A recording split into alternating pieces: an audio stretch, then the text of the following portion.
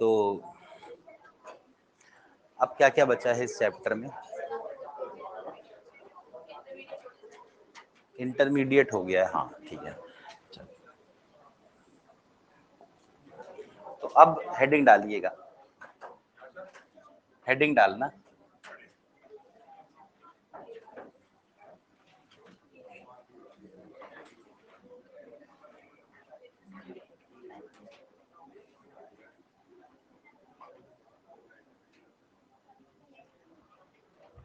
Head on rebounding.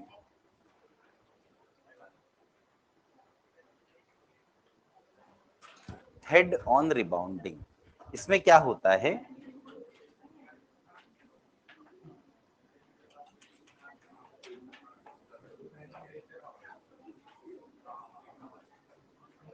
ये ground है और एक पार्टिकल को हम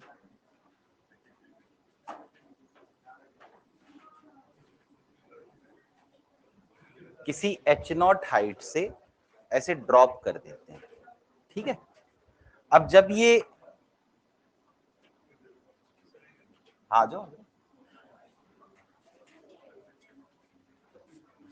नीचे गिरता है तो सपोज किसी V0 हाइट से टकराता है ग्राउंड से, तो चूंकि यहां पर ये ग्राउंड से टकराया तो इसके और ग्राउंड के बीच कोलिजन हो गया। अब ये कोलिजन कैसा भी हो सकता है, इलास्टिक, इनइलास्टिक, इंटरमीडिएट, है ना। तो हम एक काम करते हैं इसके लिए,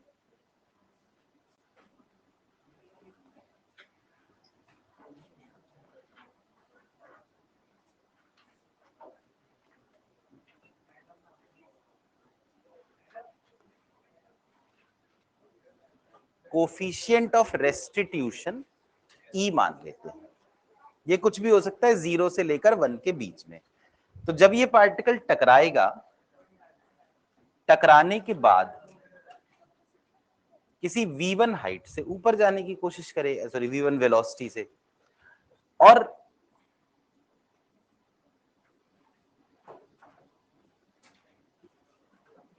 मान लीजिए ये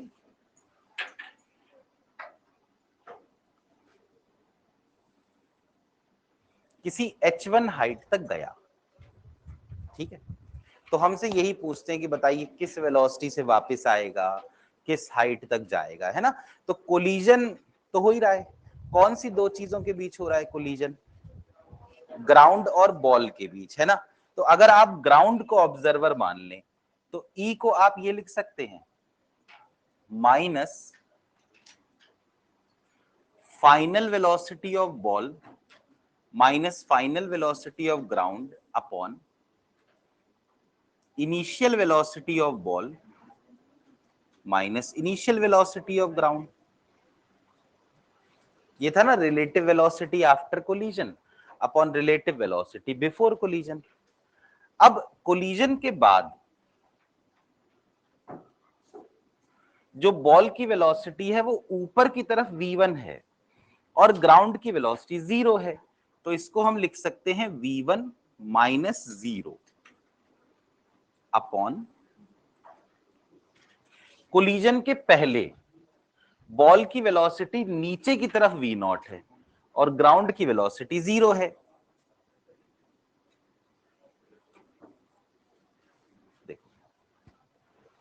v1 minus 0 upon minus v0 minus 0, क्योंकि वो नीचे की तरफ है।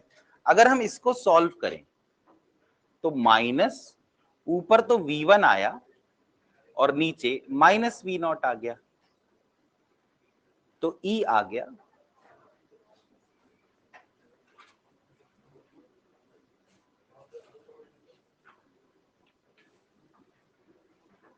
ये इक्वेशन हमें ये बताता है कि जिस भी वेलोसिटी से वो ग्राउंड से टकराता है ना, जब वापस लौटता है तो वो वेलोसिटी E से मल्टीप्लाई हो जाती है।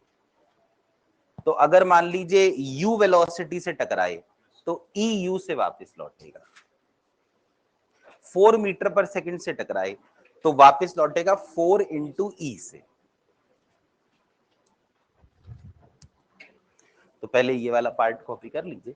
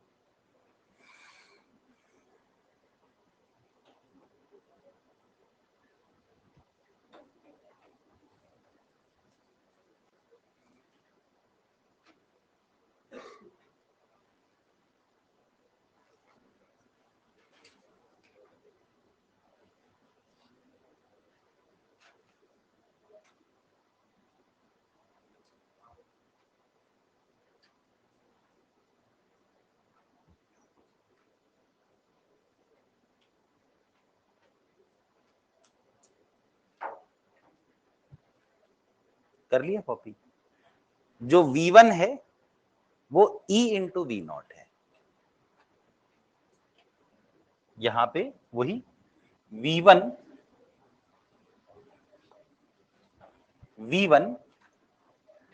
E वी नॉट है। अब V1 जब है तो H1 हाइट तक गया, तो क्या हम H1 को ये लिख सकते हैं,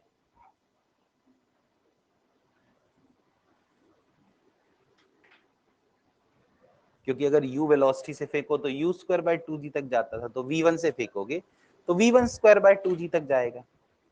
दूसरी चीज और कि अगर आप किसी पार्टिकल को ऐसे ड्रॉप कर दें जैसे यहां पर, तो इनिशियल वेलोसिटी यहां पे 0 है, फाइनल है v1, acceleration due to gravity तो नीचे की तरफ है g, और चला कितना h0। तो आप ये देखिए कि जो v0 का स्क्वायर होगा ना, वो होगा 0 का स्क्वायर और 2g h0, यानी v0 आ जाएगा, ये v0 आ रहा है। इस इक्वेशन से v1 का स्क्वायर आ रहा है 2gh1, तो v1 आ रहा है अंडर रूट 2gh1। एक्चुअली मैं यहां पर ये v1 को भी हाइट के टर्म्स में लिख रहा हूं और v0 को भी हाइट के टर्म्स में लिख रहा हूं। अगर मैं यहां पर ये वैल्यूज रख दूं तो under root 2gh1 is equal to e times under root 2gh0। अगर स्क्वायरिंग कर दी जाए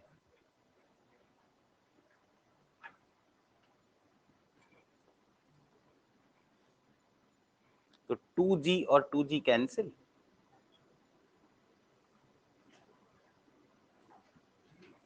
ये देखिए, ये हमें ये बताता है कि अगर कोई पार्टिकल h0 हाइट से गिरा तो टकराने के बाद वो किस हाइट तक वापस जाएगा, e स्क्वायर h।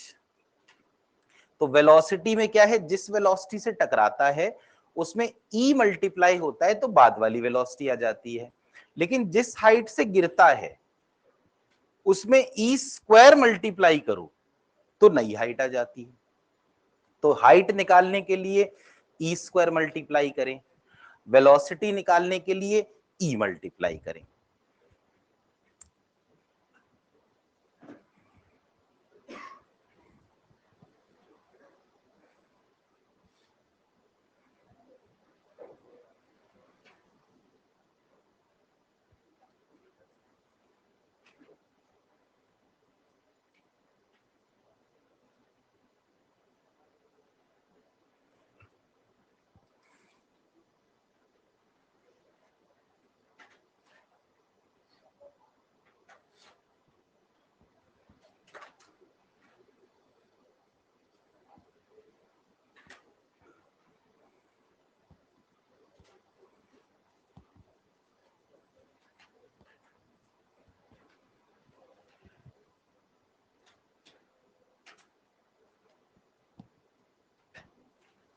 कर लिया कॉपी, हाइट और वेलोसिटी का, ठीक है।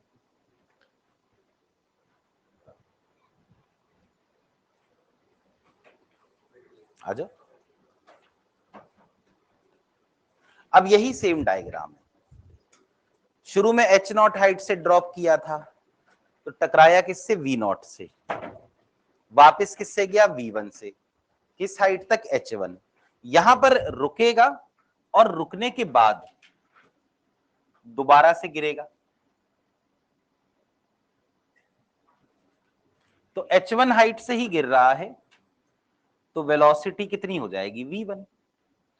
फिर टकराएगा, टकराने के बाद किसी v2 वेलोसिटी से जाएगा और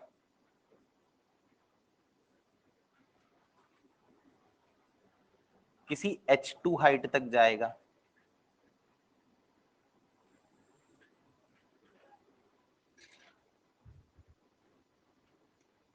उसके बाद फिर गिरेगा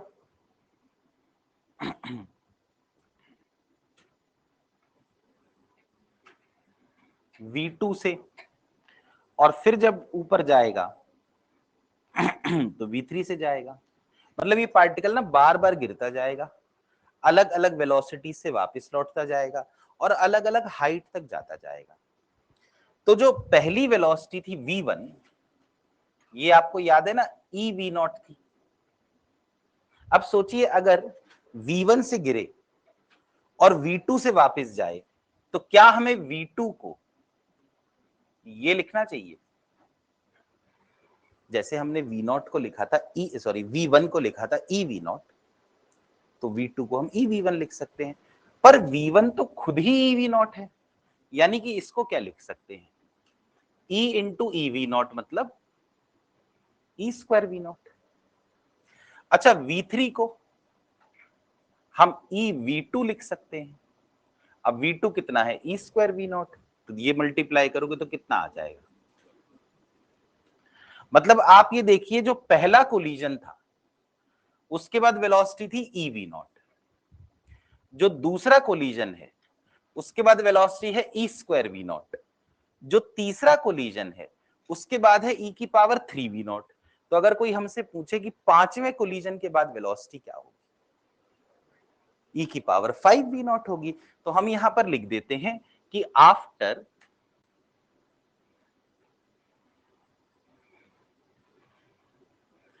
nth कोलिजन, nth कोलिजन के बाद जो वेलोसिटी होगी vn, वो होगी e की पावर n वी नॉट।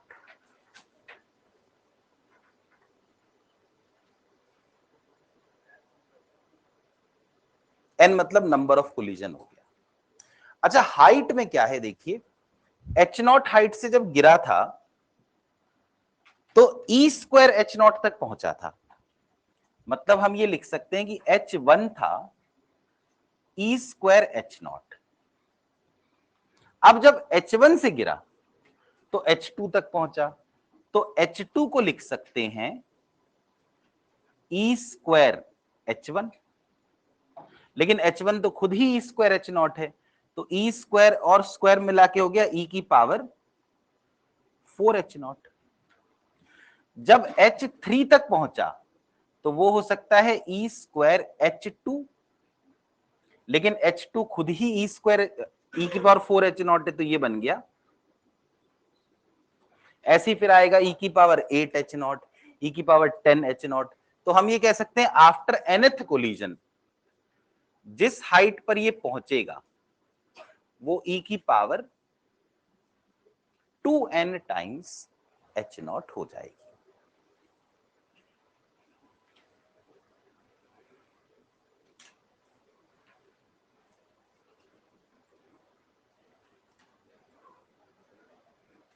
मतलब अगर आपसे पूछा जाए कि बताइए what will happen after fourth collision, तो फोर्थ कोलिजन के बाद जो वेलोसिटी होगी वो ई की पावर 4 टाइम्स इनिशियल वेलोसिटी होगी, और जो हाइट होगी वो ई की power 8 times the original height होगी।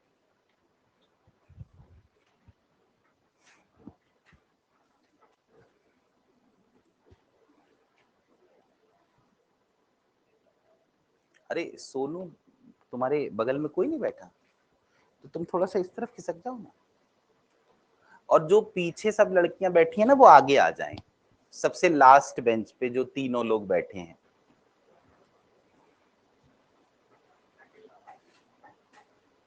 सेकंड लास्ट बेंच पे से।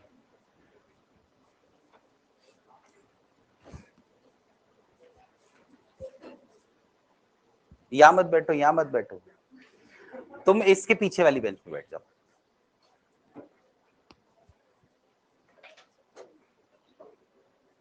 थोड़ा सा बैग इधर खिसका लो ना बैग। आओ, अभी भी सोच रहे हो कि शायद मैं भूल गया, अभी अभी तो बोला है। थोड़ा सा इधर खिसको, एक इधर आ जाओ यहाँ पे सेकंड पर, और एक फोर्थ पे आ जाओ।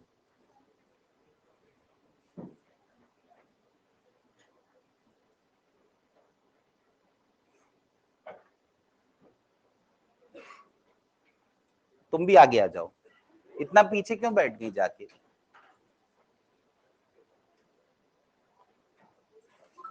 आ जाइए, यहां आ जाओ ना, वहां 4 तो पहले ही बैठे हुए हैं। कभी ना कभी पहली बार तो हर आदमी बैठता ही है फ्रंट बेंच पे, है ना। तो बताइए क्या ये समझ में आया कि nth आया समझ में? nth कोलिजन के बाद किस वेलोसिटी तक जाएगा? किस e की पावर n v नॉट, और nth कोलिजन के बाद किस हाइट तक जाएगा? e की पावर 2n h नॉट। ठीक है ना। अब इसमें एक चीज और है, देखो जैसे ये पार्टिकल था, पहले ये नीचे गया, फिर उसके बाद ये ऊपर गया, फिर उसके बाद ये फिर नीचे गया, फिर उसके बाद ये फिर ऊपर गया, फिर नीचे गया, फिर ऊपर, ऐसे चलता जाएगा और हाइट कम होती जाएगी। तो ना बहुत बार ऐसे रिबाउंस करता रहेगा और बहुत देर के बाद हो सकता है इनफाइनाइट टाइम के बाद रुक जाए। तो हमसे पूछते हैं कि बताइए इसने कितना डिस्टेंस कवर किया रुकने से पहले। तो देखिए पहले h0 गिरा, फिर h1 ऊपर गया, फिर h1 नीचे आया, फिर h2 ऊपर गया, फिर h2 नीचे आया। तो अगर डिस्टेंस की बात की जाए तो ऐसा होना चाहिए, h0 गिरा नीचे, फिर h1 ऊपर गया, h1 फिर नीचे आ गया, यानी कि क्या हो जाना चाहिए 2h1, फिर h2 ऊपर गया, फिर h2 नीचे आया, तो क्या हो जाना चाहिए 2h2। और ये चीज ना चलती जानी चाहिए अप टू इंफिनिटी, ये टोटल डिस्टेंस आना चाहिए। तो s आना चाहिए, देखिए h0 प्लस 2, h1 जो होता है वो e स्क्वायर h0 होता है, प्लस 2 h2 होता है e की पावर 4h0, प्लस फिर आएगा 2 e की पावर 6h0, फिर आएगा प्लस 2 e की पावर 8h0, और इस तरीके से ये इन्फिनिटी तक चलता जाएगा। आप इन सब में से h0 को वैसे ही लिख दो, और बाकी सब में से 2 कॉमन ले सकते हैं, h0 कॉमन ले सकते हैं, और e स्क्वायर भी कॉमन ले सकते हैं। तो क्या बचेगा देखो, 1 प्लस 2 हट गया और h0 हट गया, तो e स्क्वायर बचा, 2 हट गया और h0 हट गया, e की पावर 6 में से e स्क्वायर हटा दिया तो e की पावर 4 बचा, फिर e की पावर 6, फिर e की पावर 8,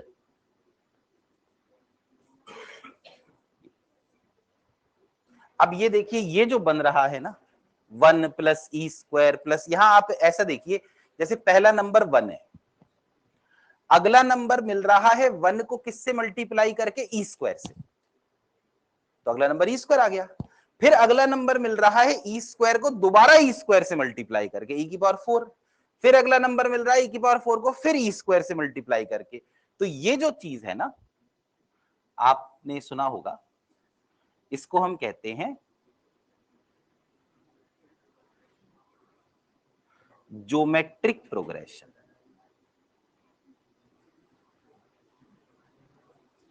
या जीपी।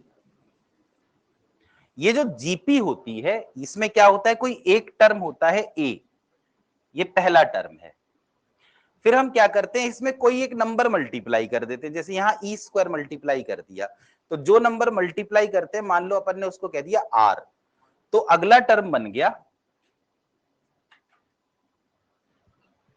A into are. फिर उसके बाद क्या किया, जो ये टर्म आया इसमें फिर से आर को मल्टीप्लाई कर दिया, तो ए आर इंटू आर करके क्या बन गया, फिर उसके बाद फिर आर मल्टीप्लाई कर दिया, फिर इस तरीके से ही चलती है। और मान लीजिए ये इस तरह से ऐसे सब ऐड हो गए अप टू इंफिनिटी। तो इसका जो समेशन होता है ना, इसका फॉर्मूला होता है a अपॉन 1 माइनस आर। यहां a क्या है, पहला टर्म, और r मतलब आपने क्या चीज से मल्टीप्लाई किया है उसको कहते हैं रेशियो। तो अब इस सीरीज में आप देखिए पहला टर्म कौन सा है, 1 है, अब 1 को किससे मल्टीप्लाई करके ये आया, तो r है ई स्क्वायर। इसका मतलब अगर इसी चीज को यहां पे ये जो है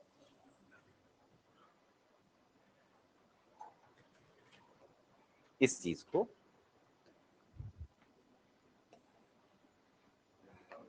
हम लिखना चाहें तो a है 1 और r है ई स्क्वायर, तो इस पूरे का जो सम आया s लिख देता हूं, वो आया a अपॉन 1 माइनस आर। समझे, a अपॉन 1 माइनस आर। ठीक है, मैथ्स का फॉर्मूला है। तो इस पूरे की जगह आप ये लिख सकते हैं 1 अपॉन 1 माइनस ई स्क्वायर। तो जो टोटल डिस्टेंस था वो था 2h0 प्लस, नहीं, सिर्फ h0 plus 2h0 E square, और ये पूरा कितना है 1 अपॉन 1 माइनस ई स्क्वायर। अब डिस्टेंस कितना आ गया, h0 plus 2h0 E square upon 1 minus E square.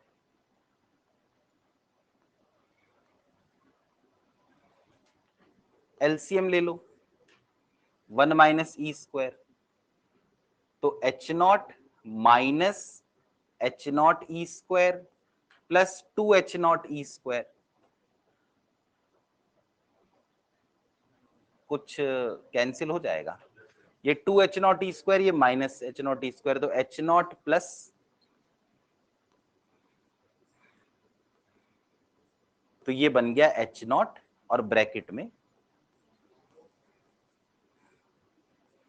वैसे तो बहुत सारे डेरिवेशन होते हैं लेकिन ये वाला ही मुझे लगता है कि कर लेना चाहिए, क्योंकि अगर बाई चांस पूछा गया तो ये डिस्टेंस ही पूछा जा सकता है कि कितना डिस्टेंस वो चला। h0 जिस हाइट से गिरा था into 1 plus e square upon 1 minus E square. कर लें आप कॉपी। अच्छा, यहां s लिख दिया, इसको मैं लिख देता हूं फिर सम।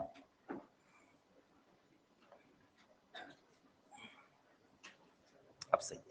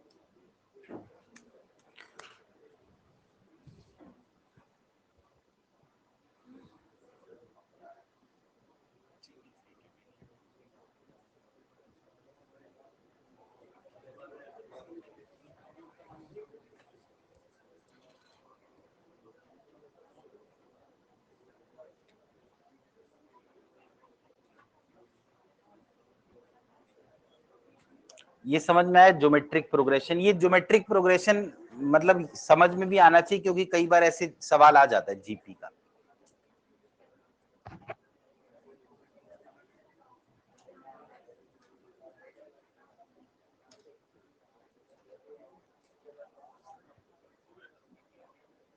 कर लिया, ये वाला करें आगे।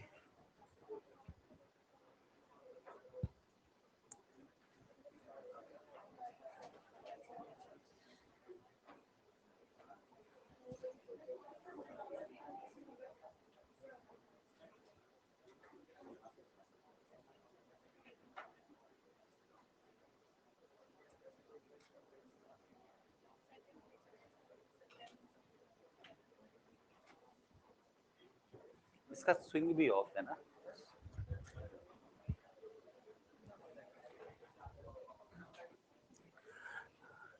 रिमोट एसी का अगर आपका ये पूरा कॉपी करने का मन ना हो तो आप सिर्फ डिस्टेंस ही कॉपी कर लें।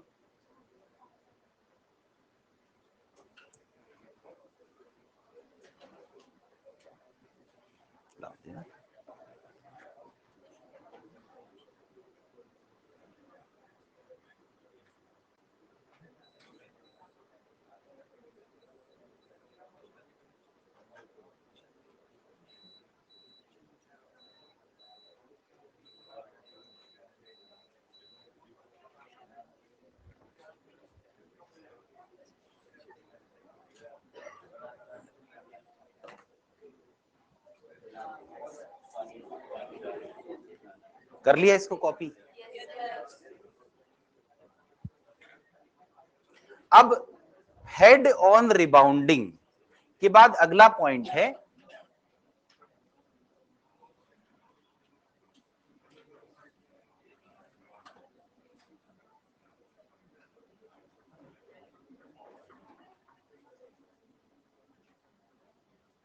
Oblique rebounding. ऑब्लिक रिबाउंडिंग का मतलब है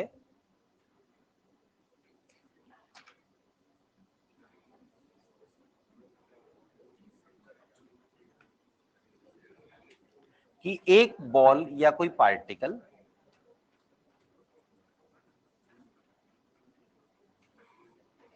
ऐसे आके टकराया, सीधे नहीं,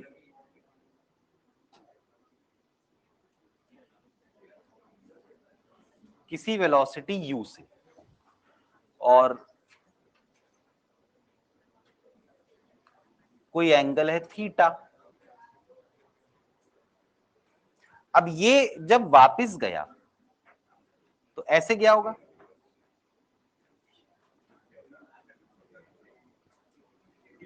मान लो ये किसी v वेलोसिटी से गया और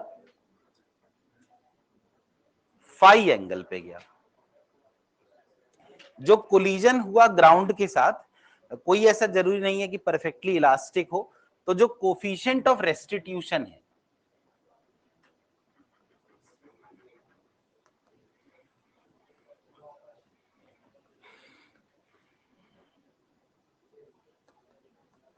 वो है E।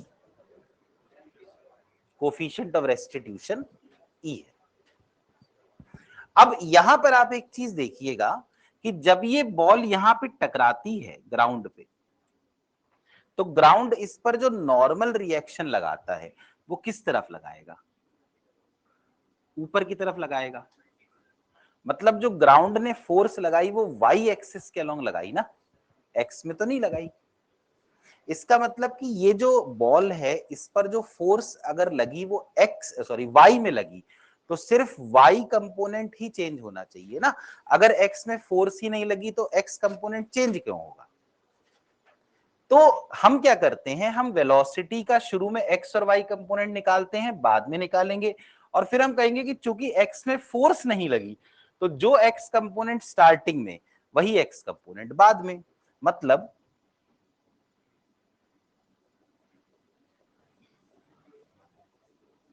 ये अगर थीटा है तो ये भी थीटा हो गया। अब जो वेलोसिटी है,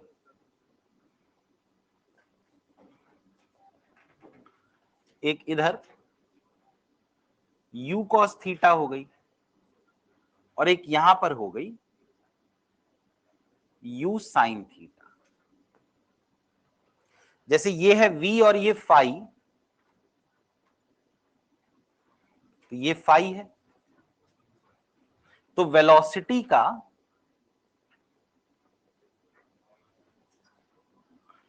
एक कंपोनेंट v cos फाई हो गया और एक और component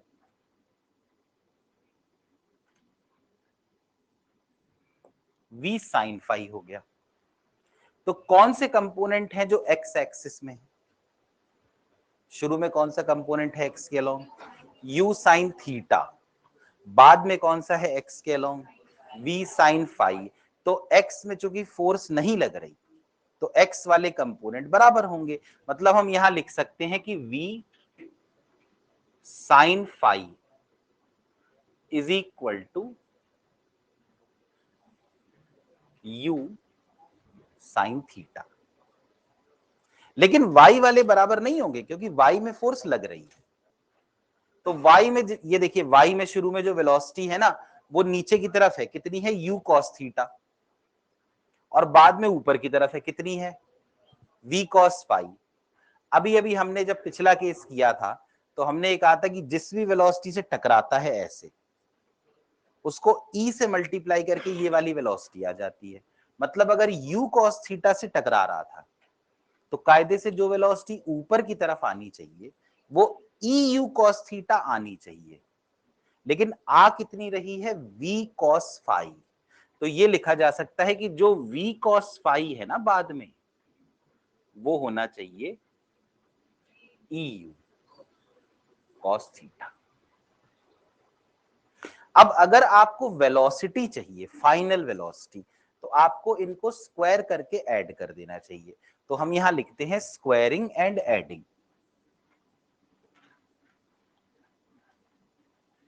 squaring and adding.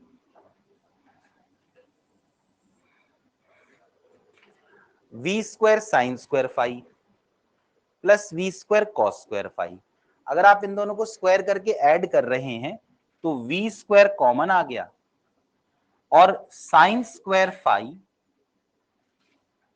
Sorry theta plus phi तो है यार, phi plus cos square phi equal to, अब इनको भी स्क्वायर करके ऐड करके देखिए, u square sine square theta, और यहां पर है e square u square cos square theta. जब स्क्वायर करके ऐड करेंगे तो यू स्क्वायर आ गया कॉमन, और ये बना sine square theta plus e square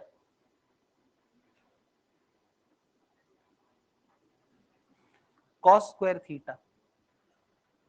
अब sine square phi plus cos square phi तो 1 हो जाएगा, तो फाइनल वेलोसिटी का स्क्वायर आएगा इनिशियल वेलोसिटी का स्क्वायर और sine square theta plus e square cos square theta. ये 1 नहीं होगा क्योंकि sine square theta plus cos square theta नहीं है, ई स्क्वायर भी आ गया। तो इसका मतलब जो फाइनल वेलोसिटी आ गई ना,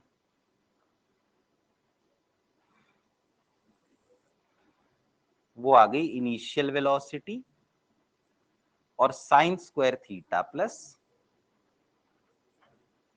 ई square cos square theta.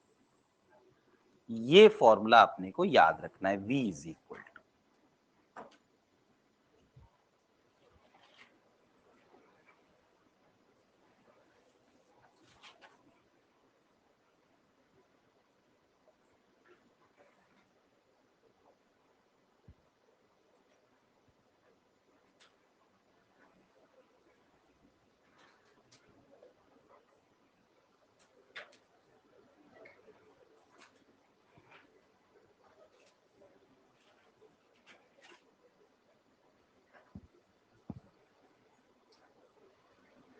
v है u under root sine square theta plus e square cos square theta. अच्छा, यही जो दो टर्म है ये वाले, मान लीजिए आप इन्हें स्क्वायर करके ऐड ना करें, सिर्फ डिवाइड कर दें। अगर आप सिर्फ डिवाइड कर दें तो v sine phi upon v cos phi, उसमें से v और v कट जाएगा, है ना, और sine phi upon cos phi. तो मैं पहले यहां लिख देता हूं dividing both terms, dividing b i b i b i n g, ठीक है। v sine phi upon v cos phi, अगर आप काटेंगे तो v और v कट जाएगा, sine phi upon cos phi करके टेन फाई आ गया। और यहां पर देखिए u sine theta upon e u cos theta, तो u और u कट जाएगा, sine theta upon e cos theta आ जाएगा, sine theta upon cos theta तो टेन थीटा होता है, और e एक नीचे बच गया, मतलब ये बच गया, बन गया ये है फाइनल एंगल, और जो v आया था वो आया था u,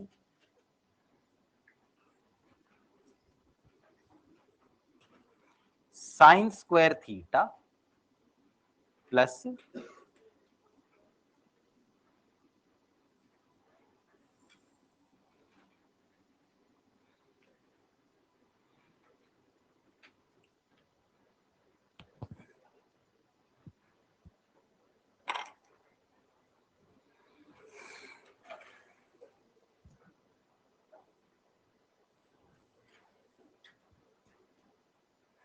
मेनली याद क्या पॉइंट रखना है कि वो डायरेक्शन जिसमें फोर्स नहीं लगी उसकी वेलोसिटी सेम, और जिसमें फोर्स लगी जैसे y में, तो जो भी वेलोसिटी है ना जिससे टकरा रहा है उसको e से मल्टीप्लाई करके दूसरी वाली वेलोसिटी आ गई।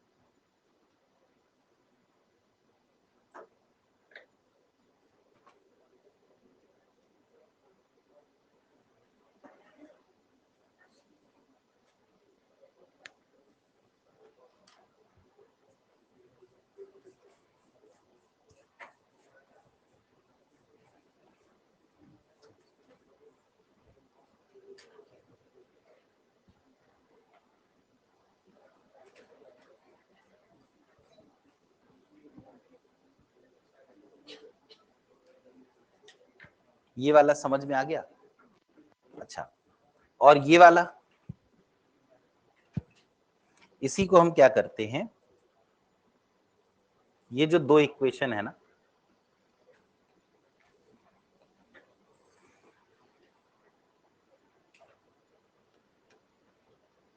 ये इक्वेशन लिख लिया आपने, ठीक है। अब एक चीज और देखिएगा, कोलिजन, दो ऐसे कोलिजन है जो बिल्कुल परफेक्ट कोलिजन है, एक परफेक्टली इलास्टिक और एक परफेक्टली इनइलास्टिक। मान लीजिए अगर जो कोलिजन हुआ वो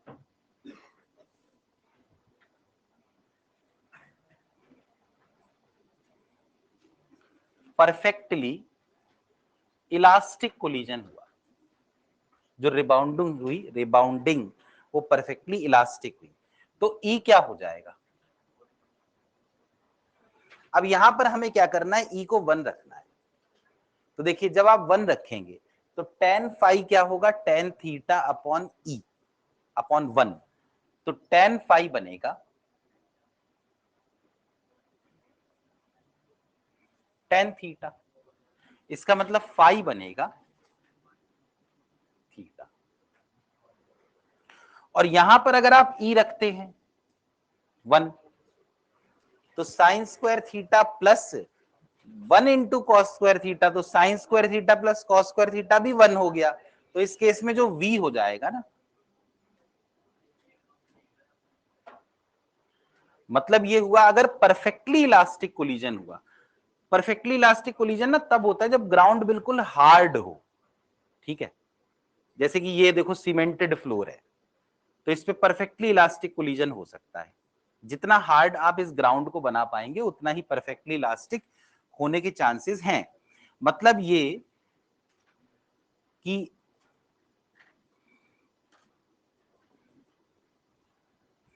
जिस वेलोसिटी से आएगा उसी वेलोसिटी से वापस जाएगा, और जिस एंगल पे आएगा उसी एंगल से वापस जाएगा, अगर परफेक्टली इलास्टिक कोलिजन हुआ तो।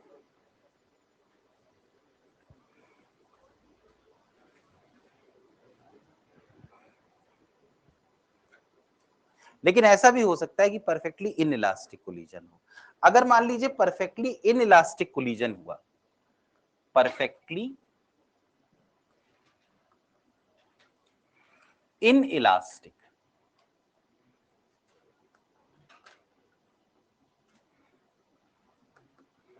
कोलिजन। तो इस केस में ई क्या होना चाहिए? 0 होना चाहिए। अब मैं एक काम करता हूं, यहां पे 0 रख के देखता हूं ई को। tan फाई आएगा tan theta upon 0। tan phi आया tan थीटा अपॉन 0। कोई भी चीज अपॉन 0 हो तो वो इनफाइनाइट हो जाता है। अब tan फाई इंफिनिटी हो गया, तो ऐसा कौन सा एंगल है जिसका tan लिया जाए तो इंफिनिटी आ जाए? 90 डिग्री। यानी बाद में जो एंगल बनना चाहिए नॉर्मल के साथ वो 90 बनना चाहिए। और दूसरी एक चीज जो v है, अगर आप e को 0 रख देते हैं यहां पर तो ये तो पूरा टर्म हट गया, सिर्फ साइन स्क्वायर थीटा बचा और उसका भी अंडर रूट। तो v कितना आया?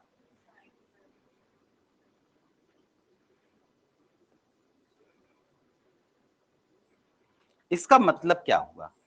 परफेक्टली इन इलास्टिक कोलिजन ऐसी सरफेस पर होता है जो हार्ड ना हो, सॉफ्ट सरफेस। उसमें होता क्या है, ठीक है, आप देखिएगा यहां पर। पहले हम ये समझते हैं कि आखिर ये डायग्राम कैसा बनेगा। देखो शुरू में बॉल ऐसे आई u वेलोसिटी से और थीटा एंगल पे, जब गई तो 90 डिग्री पे गई। मतलब बॉल क्या होता है इस केस में, ग्राउंड से ना बिल्कुल ऐसे टच करके चलती है।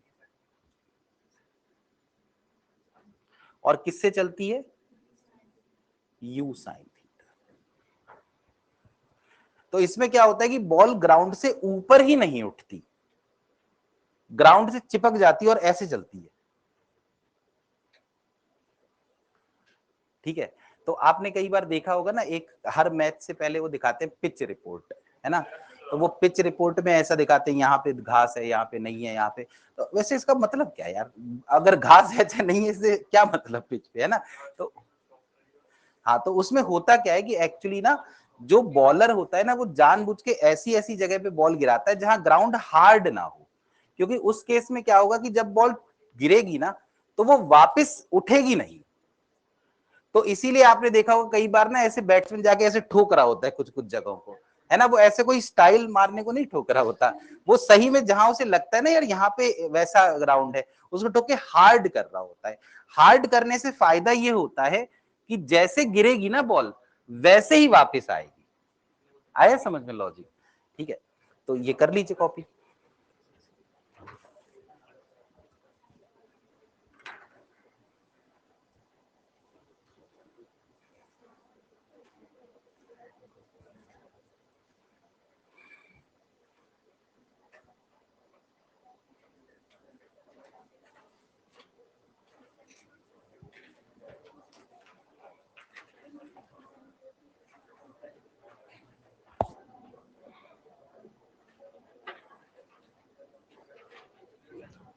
अगली, अच्छा, इसके पीछे वाली, ये वाली।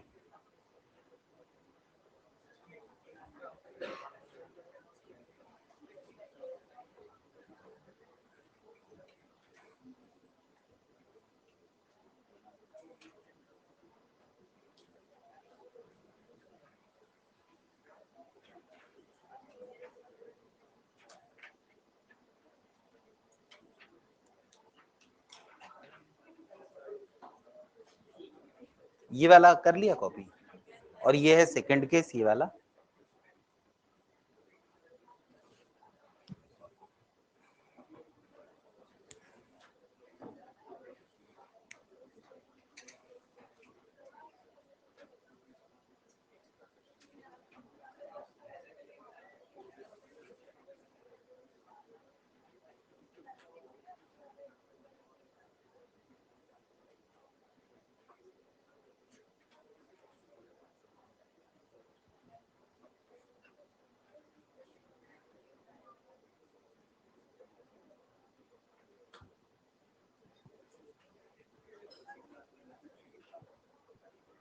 कर लिया।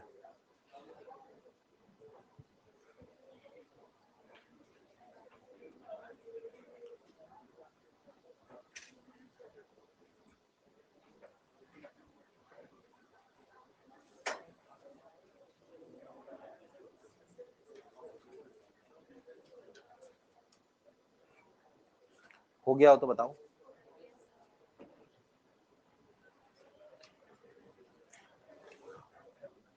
तो इसको हटा देते हैं।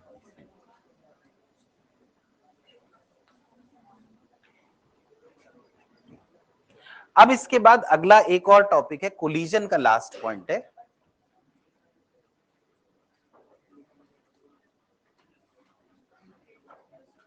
कोलिजन इन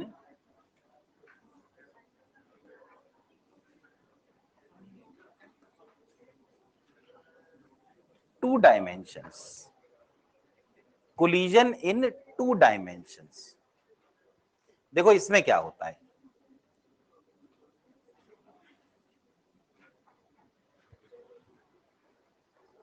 बेटा तुम ना आगे आ जाओ, अंकित के पीछे जो बैठा है, तुम ना बात ही करते रहते यार उससे, आ जाओ आगे। हाँ हाँ हाँ, पूछ रहे हो कि बता रहे हो कि कुछ भी करो, इसको बात ही करना तो कहते हैं, कुछ और कहते हैं। I am not talking, I am asking. है क्यों पूछ रहे हो उससे यार, क्या पूछना है, कुछ नहीं पूछ रहे।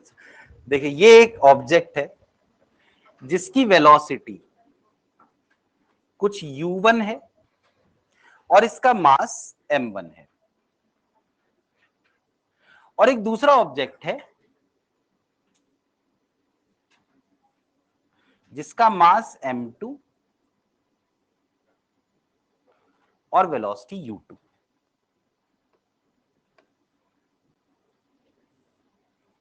अलग अलग डायरेक्शन में बना देते हैं, यानी एक ऐसे जा रहा है और एक ऐसे जा रहा है, ठीक है। अब ये दोनों टकराए, जब ये दोनों, ये तो बिफोर द कोलिजन है, जब ये दोनों टकराएंगे, देखो इजी को अगर सिलेक्ट कर पाए तो कर लेते हैं। ये एक ऑब्जेक्ट,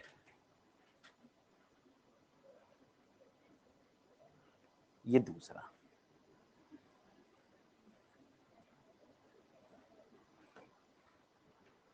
तो आप देखिए पहला ऑब्जेक्ट दूसरे पर फोर्स लगाएगा, दूसरा ऑब्जेक्ट पहले पर फोर्स लगाएगा, होगा ऐसा।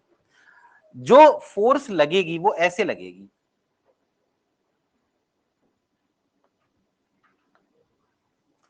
ये पहले का सेंटर, ये दूसरे का सेंटर,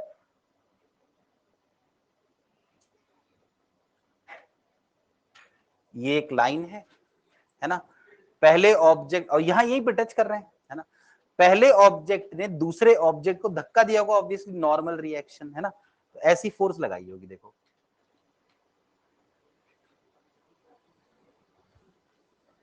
और बदले में दूसरे ऑब्जेक्ट ने पहले ऑब्जेक्ट पर ऐसे फोर्स लगाई होगी, दोनों फोर्सेस बराबर होंगी, ठीक है ना, कोई डाउट नहीं। अब ये फोर्सेस आप ध्यान दे के देखिए कि एक ही लाइन पे लग रही हैं, चाहे इधर हो चाहे इधर। तो ये जो लाइन होती है ना, जिस लाइन के अलोंग फोर्सेस लगती है, इस लाइन का नाम होता है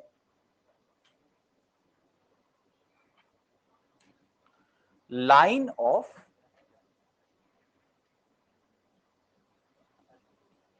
इंपैक्ट।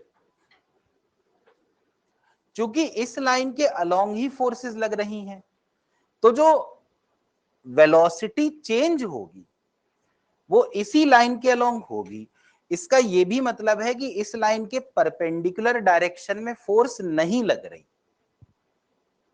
तो इस लाइन के परपेंडिकुलर डायरेक्शन की जो वेलोसिटीज हैं वो चेंज नहीं होंगी, जो हैं वही रहेंगी। तो जैसे u1 है, अगर u1 कुछ एंगल बना रहा है θ1, तो इस u1 की वेलोसिटी के दो कंपोनेंट होंगे,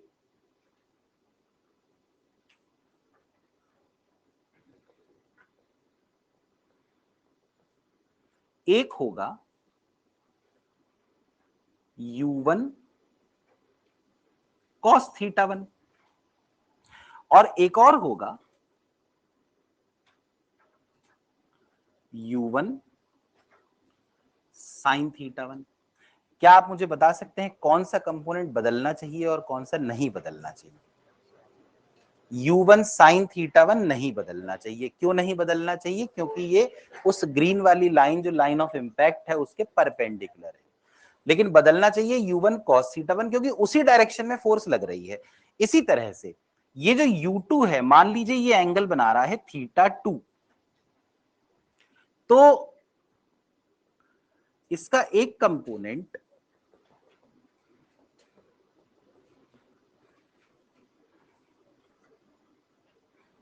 u2 cos θ2 होगा और एक और कंपोनेंट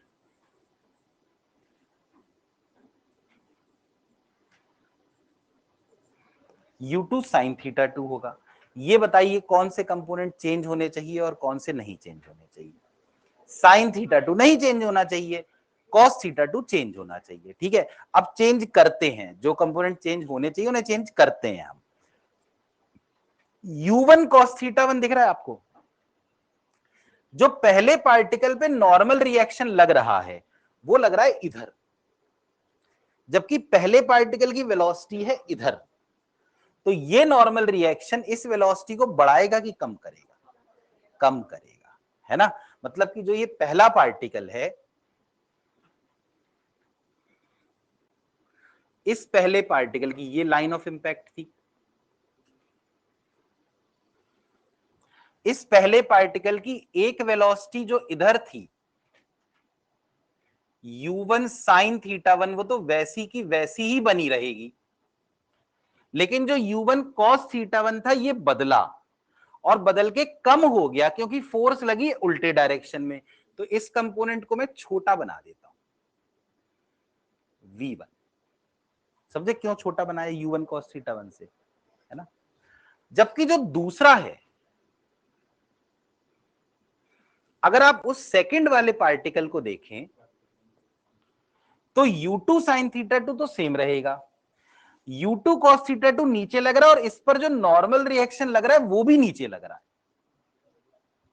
तो ये u2 cos θ2 बढ़ना चाहिए, तो इसका वेक्टर बढ़ा देते हैं। देखो जो कंपोनेंट ये वाला है u2 sin θ2, ये तो सेम रहा, लेकिन जो ये वाला कंपोनेंट है ये देखो बढ़ गया।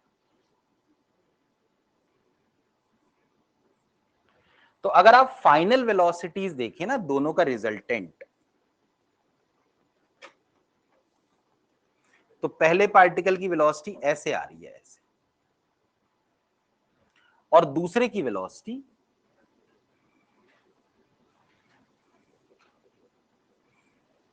कुछ ऐसे आ रही है। तो पहला चला जाएगा इस तरफ कहीं, दूसरा चला जाएगा। देखिए शुरू में क्या हो रहा था, शुरू में ये ऐसे आ रहा था और ये ऐसे आ रहा था, तभी तो दोनों टकराए थे एक जगह पर, तो एक दूसरे की तरफ आ रहे थे। लेकिन टकराने के बाद एक चला गया इधर और एक चला गया इधर, दोनों एक दूसरे से दूर चले गए। कौन से डायरेक्शन की वेलोसिटीज चेंज होती हैं? सिर्फ जो लाइन ऑफ इंपैक्ट वाला डायरेक्शन होता है उसकी।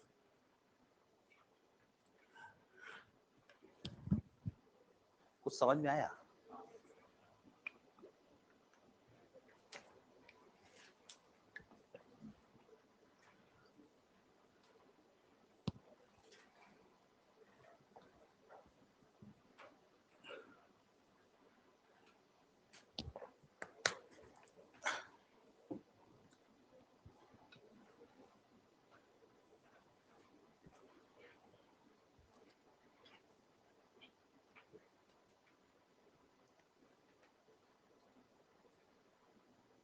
तो कई लोग ये कहते हैं कि अगर भाई वेलोसिटीज चेंज जो हो रही हैं वो सिर्फ लाइन ऑफ इंपैक्ट के ही अलोंग हो रही हैं और लाइन ऑफ इंपैक्ट के परपेंडिकुलर में वेलोसिटी चेंज हो ही नहीं रही, तो क्यों ना हम यही कह दें कि जो कोलिजन हुआ वो लाइन ऑफ इंपैक्ट के ही अलोंग हुआ। तो कई लोग ये जो 2 डायमेंशनल है ना, उसको ये मानते हैं कि this is the collision only along the line of impact. तो लाइन ऑफ इम्पैक्ट के अलोंग वो लोग सारे इक्वेशन लिख देते हैं। जैसे कि एक इक्वेशन मैं आपको बताता हूं, एक था ना कंजर्वेशन ऑफ मोमेंटम, तो वो लिखते हैं m1 into u1 cos theta 1 plus m2 into u2 cos theta 2 equal to, बाद में लाइन ऑफ इंपैक्ट के ही along m1 v1 plus m2 v2। और उसके अलावा एक और इक्वेशन था, आपको याद है, eu1 plus v1 is equal to eu2 plus v2। तो इसमें लिख देते हैं e u1 cos theta 1 plus v1 is equal to e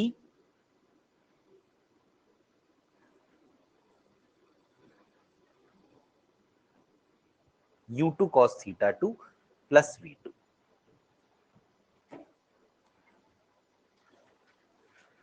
तो हमसे कभी ऐसा नहीं पूछेंगे वो कि इस इक्वेशन के बेसिस पे सवाल सॉल्व करने पाएंगे। ज्यादा से ज्यादा वो हमसे ये पूछेंगे कि कौन सा कंपोनेंट चेंज नहीं हुआ, कौन सा कंपोनेंट चेंज हुआ, किस डायरेक्शन में कोलिजन हुआ। ठीक है, जैसे वो स्टेटमेंट वाइज नहीं है, which of the following statements is correct, इस टाइप के।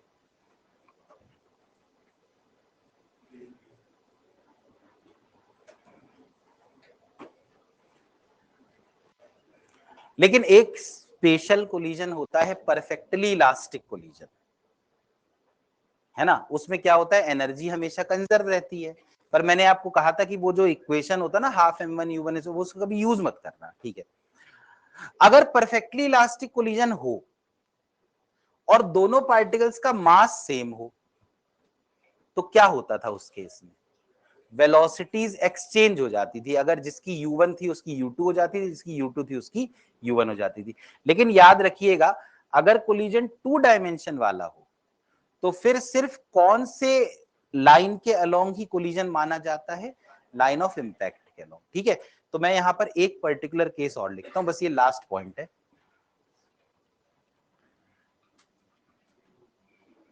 Perfectly elastic collision, perfectly elastic collision हो रहा है किनके बीच, पार्टिकल्स ऑफ सेम मास, और एक कंडीशन है one particle is at rest, एक पार्टिकल रेस्ट पर है।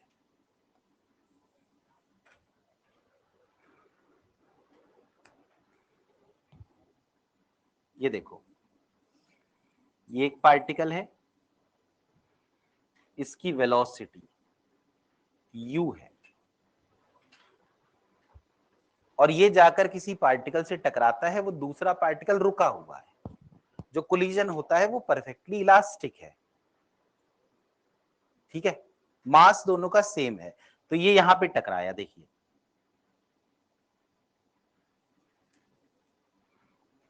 दूसरे पार्टिकल की कोई वेलोसिटी नहीं है, वो रेस्ट पर है।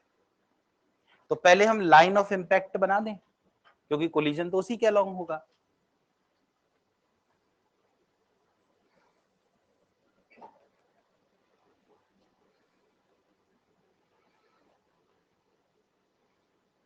ये है लाइन ऑफ इंपैक्ट।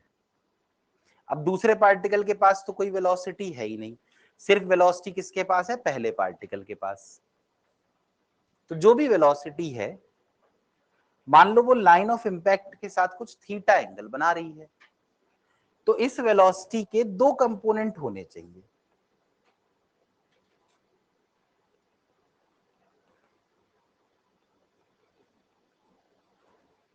एक होना चाहिए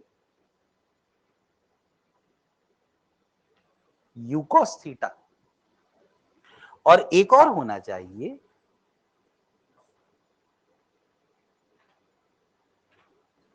u sin थीटा। अब जो u sin थीटा है पहले पार्टिकल के पास, वो तो कभी चेंज हो ही नहीं सकता, क्योंकि उस डायरेक्शन में तो कोलिजन हुआ ही नहीं। कोलिजन किस डायरेक्शन में हुआ? u cos थीटा वाले डायरेक्शन में, है ना, लाइन ऑफ इंपैक्ट के अलोंग। उस लाइन ऑफ इंपैक्ट के अलोंग पहले पार्टिकल की वेलोसिटी है u cos थीटा, दूसरे पार्टिकल की वेलोसिटी है 0। दोनों का मास सेम है, परफेक्टली इलास्टिक कोलिजन हुआ। तो क्या होगा? वेलोसिटीज एक्सचेंज हो जाएंगी। एक की थी u cos थीटा, दूसरे की थी 0। तो जिसकी u cos थीटा थी उसकी 0 हो गई, और जिसकी 0 थी उसकी u cos थीटा हो गई। मतलब टकराने के बाद देखिए क्या हुआ। इसी को वो कर लेता है ना,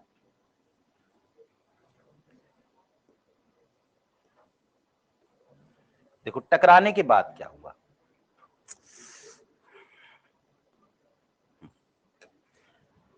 ये जो u sin थीटा है, ये तो एज इट इज बना रहा है इसके पास, लेकिन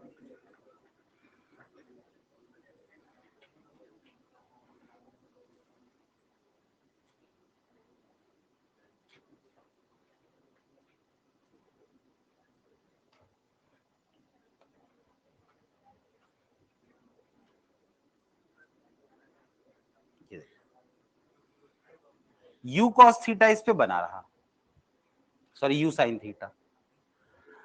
इस तरफ जो इसके पास u cos थीटा था वो हट गया और 0 हो गया, और ये जो दूसरा पार्टिकल था उसके पास आ गया वो u cos थीटा। तो पहला पार्टिकल कहेगा कि अब तो मेरे पास सिर्फ एक वेलोसिटी बची, u sin थीटा। तो वो जो वेलोसिटी उसके पास है उसी डायरेक्शन में चला जाएगा। दूसरा कहेगा कि मेरे पास भी सिर्फ एक ही वेलोसिटी है, कौन सी? u sin theta. तो वो किस तरफ चला जाएगा? इस तरफ, हाँ, u cos थीटा। तो मतलब आप ये देखिए कि जब फाइनली दोनों जाएंगे ना, तो एक दूसरे के परपेंडिकुलर चले जाते हैं। मतलब अगर परफेक्टली इलास्टिक कोलिजन हो, ऐसे पार्टिकल्स के बीच में जिनका मास सेम हो, और एक पार्टिकल उनमें से रेस्ट पर हो, तो टकराने के बाद दोनों पार्टिकल परपेंडिकुलरली चले जाते हैं। अगर कोई एक पार्टिकल u sin थीटा से जाएगा तो दूसरा किससे जाएगा? u cos थीटा से। क्लियर हुआ? तो कई बार ना ऐसा क्वेश्चन आता है, अब जैसे इतना समझ में आया, कई बार ऐसा क्वेश्चन आता है कि एक पार्टिकल 10 मीटर पर सेकंड से चल रहा था, दूसरा पार्टिकल रुका हुआ था, दोनों टकराए और पहला पार्टिकल किसी एक तरफ 7 मीटर पर सेकंड से चला गया।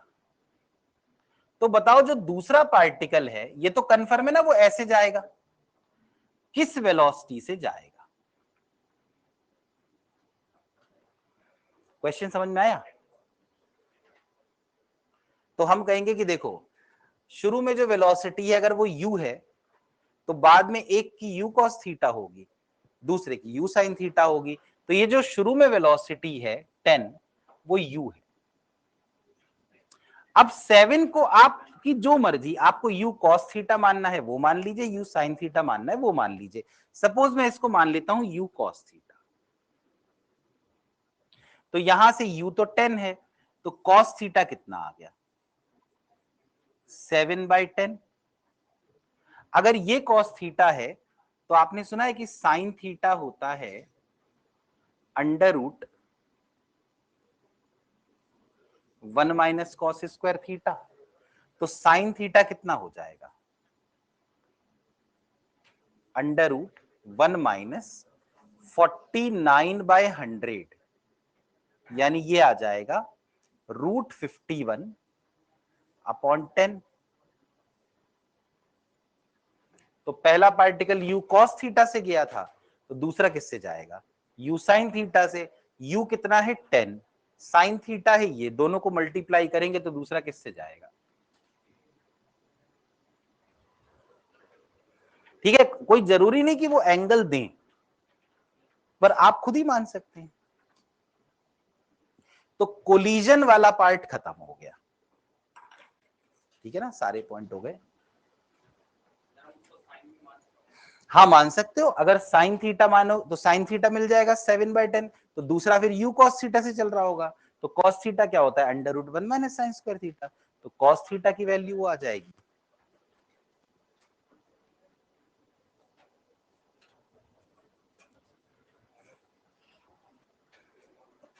इसके जो पिछला वाला था वो कर लिया था आपने कॉपी।